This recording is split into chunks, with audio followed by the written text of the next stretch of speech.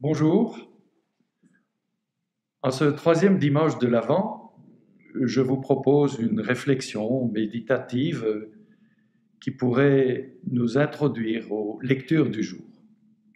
En effet, ce troisième dimanche d'Avent est placé sous le signe de la couleur rose.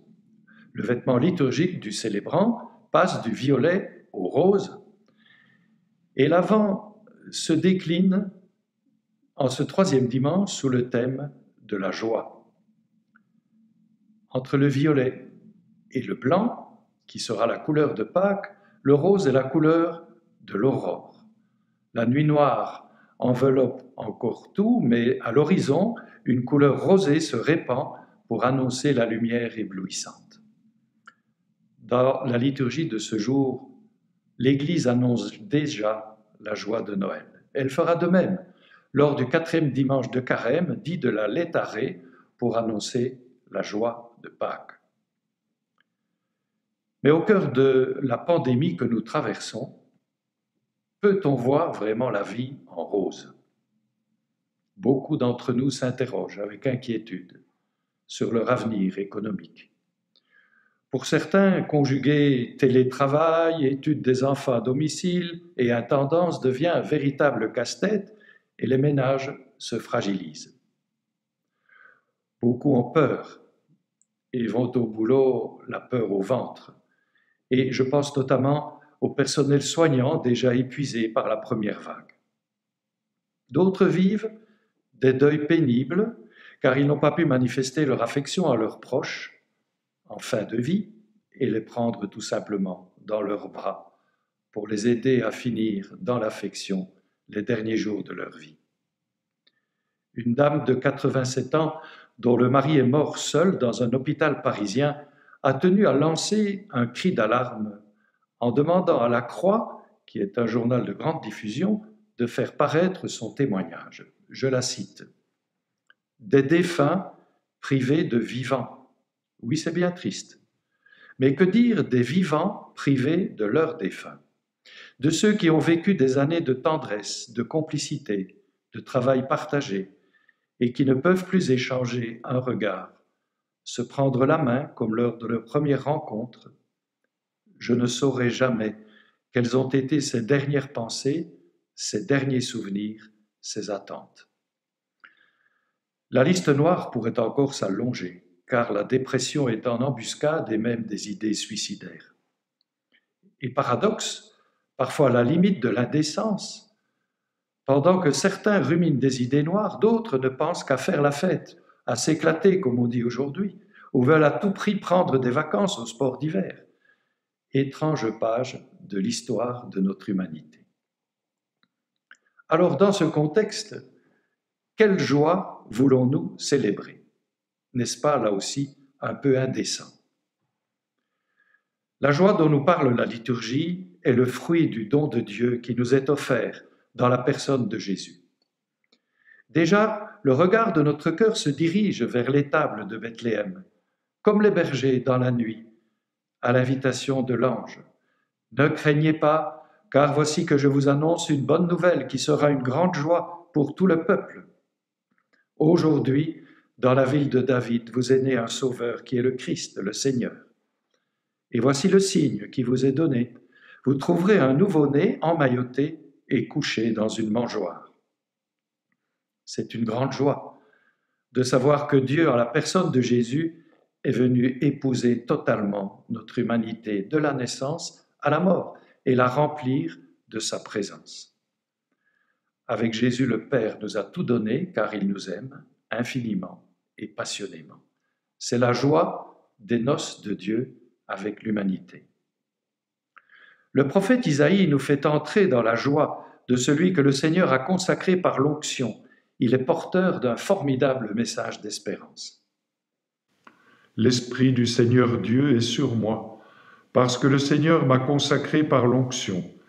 Il m'a envoyé annoncer la bonne nouvelle aux humbles, guérir ceux qui ont le cœur brisé, proclamer aux captifs leur délivrance, aux prisonniers leur libération, proclamer une année de bienfaits accordée par le Seigneur. Je tressaille de joie dans le Seigneur. Mon âme exulte en mon Dieu, car il m'a vêtue des vêtements du salut, il m'a couverte du manteau de la justice, comme le jeune marié orné du diadème, la jeune mariée que par ses joyaux. Comme la terre fait éclore son germe, et le jardin germer ses semences, le Seigneur Dieu fera germer la justice et la louange devant toutes les nations. Jésus reprendra ce texte à son compte lorsqu'il répondra à l'invitation de ses compatriotes de Nazareth à présider le jour du sabbat l'office synagogal. Nous trouvons ce passage en Luc au chapitre 4. C'est la joie de Dieu que Jésus veut leur partager et qui se réalise pour ses auditeurs. L'homélie de Jésus est courte. Après la lecture, il s'assied, regarde ses interlocuteurs et dit « Aujourd'hui ». Dans l'évangile de Luc, ce mot revient de nombreuses fois. « Aujourd'hui, cette écriture est accomplie pour vous qui l'entendez ».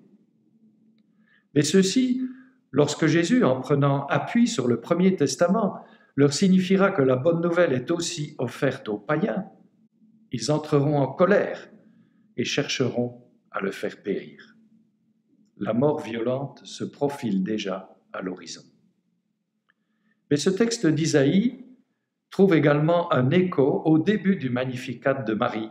« Mon âme exalte le Seigneur, exulte mon esprit en Dieu, mon Sauveur. » Marie laisse éclater sa joie après la visite de sa cousine, elle-même enceinte de Jean-Baptiste.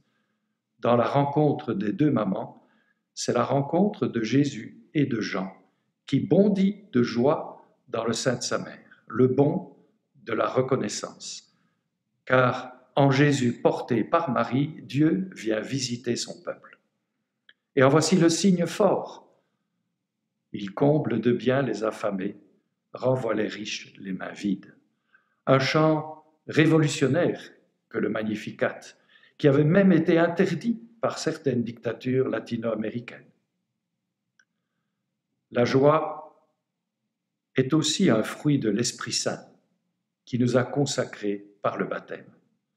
N'éteignez pas l'Esprit, nous dira Paul dans sa première lettre aux Thessaloniciens, car c'est lui qui nous pousse à être témoins de la bonne nouvelle aujourd'hui, comme Jean le Baptiste l'a été en son temps, lui qui est venu comme témoin pour rendre témoignage à la lumière qu'est le Christ, comme le rappelle l'évangile de Jean que nous lisons en ce jour. Il y eut un homme, envoyé par Dieu. Son nom était Jean. Il est venu comme témoin pour rendre témoignage à la lumière afin que tous croient par lui.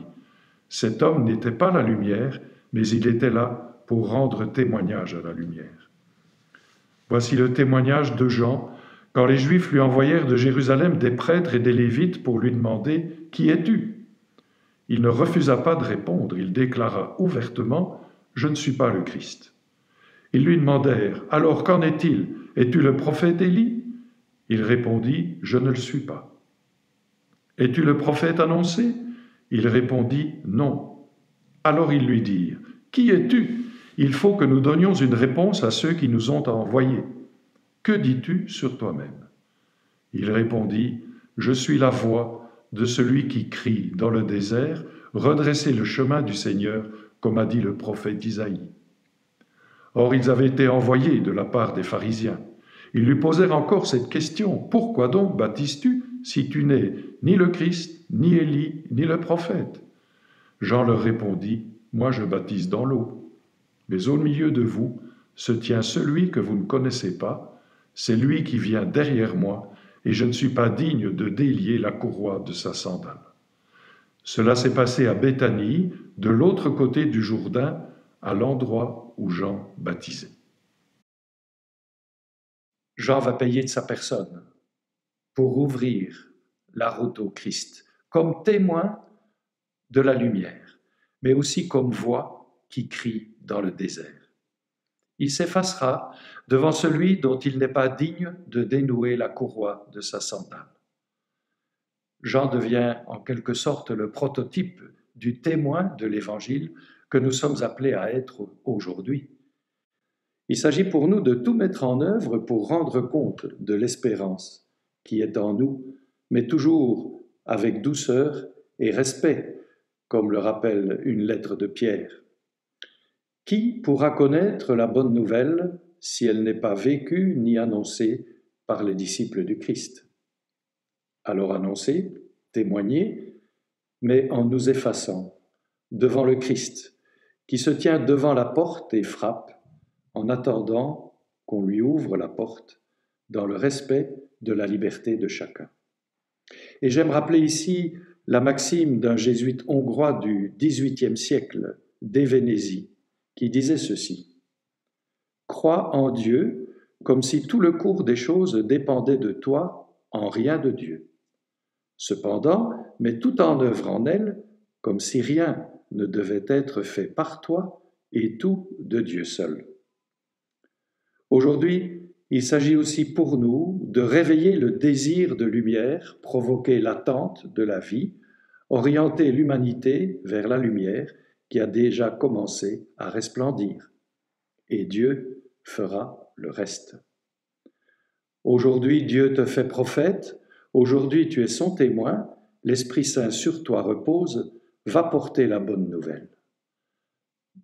Bon temps d'avant et bonne route vers Noël.